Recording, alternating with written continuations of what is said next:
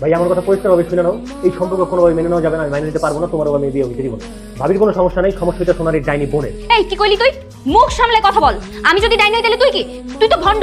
এই তোমরা কি শুরু করছো? এখানে কেন আসছো তোমরা? আমাদের সমস্যা সমাধান করার জন্য। সেখানে তোমরা নিজেরাই সমস্যা সৃষ্টি করতেছো।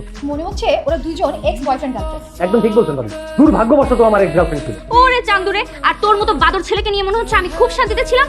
সেই আমি বাদো তাই কই, আমার থেকে ভালো একটা বয়ফ্রেন্ড জোগা, ব্রেকআপের পরে তো পারলি না, এখন কোন তার জীবনে পারবিও না। এসব বাদ দাও ভাই, কিভাবে আমাদের বাসায় সবকিছু ঠিকঠাক হবে সেই চিন্তা করো। আমার কাছে একটা বুদ্ধি আছে। কি বুদ্ধি? তোমার ভাবিকে ডিভোর্স দিতে হবে। ডিভোর্স মানে?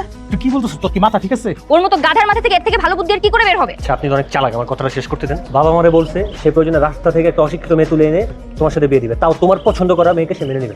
তো আর আমি ডিসিশন নিছি যে তুমি ভাবিকে ডিভোর্স দিয়ে দিবা, তারপর আমরা বাবাকে দিয়ে ভাবির বাসাতে আমরা আবার প্রস্তাব পাঠাবো। বুদ্ধি কিন্তু খুব একটা খারাপ না।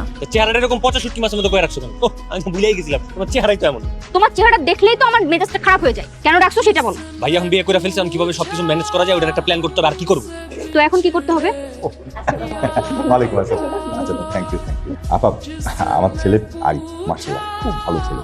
জানেন আপা, ও কোনোদিন কোনো মেয়ের দিকে চোখ তুলে তাকায়নি, আর প্রেম প্রশ্নই ওঠে না, কখনো প্রেমও করে নাই। জি জি আঙ্কেল, তা তো ভাইয়াকে দেখলেই বোঝা যায় অনেক নম্র ভদ্র একটা ছেলে। ভাই সাহেব, আমিও আমার মেয়েদেরকে অনেক যত্ন করে বড় করেছি। ওরা তো লেখাপড়া আর আমাকে ছাড়া কিচ্ছুই বোঝে না। ভাই সাহেব, আমার মেয়েকে কি আপনার পছন্দ হয়েছে? হ্যাঁ অবশ্যই, মেয়েকে আমার খুব পছন্দ হয়েছে। আপা আমি কিন্তু আর দেরি করবো না, মেয়ে আমার খুবই পছন্দ হয়েছে। নেক্সট উইকেই আমি কাজটা শেষ করে ফেলতে চাচ্ছিলাম।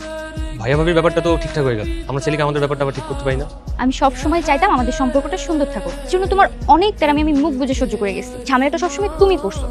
আগের কথা বাদ দাও না, মানুষ তো একটা সময় পর এমনিতেই বদলে যায়, তাই না? তার মানে তুমি এখন ভালো হয়ে আবার কিছুদিন পর উল্টাপাল্টা যাবে? সেটার একটা সুযোগ কোথায় থাকে? আচ্ছা তুমি ভাইয়া ভাবিকে দেখো, একজন আরেকজনকে পাওয়ার জন্য কি যুদ্ধটা করলো। আমার না ভাবতেই খুব অবাক লাগে, ভালোবাসা মানুষের জন্য মানুষ কত কিছু করে।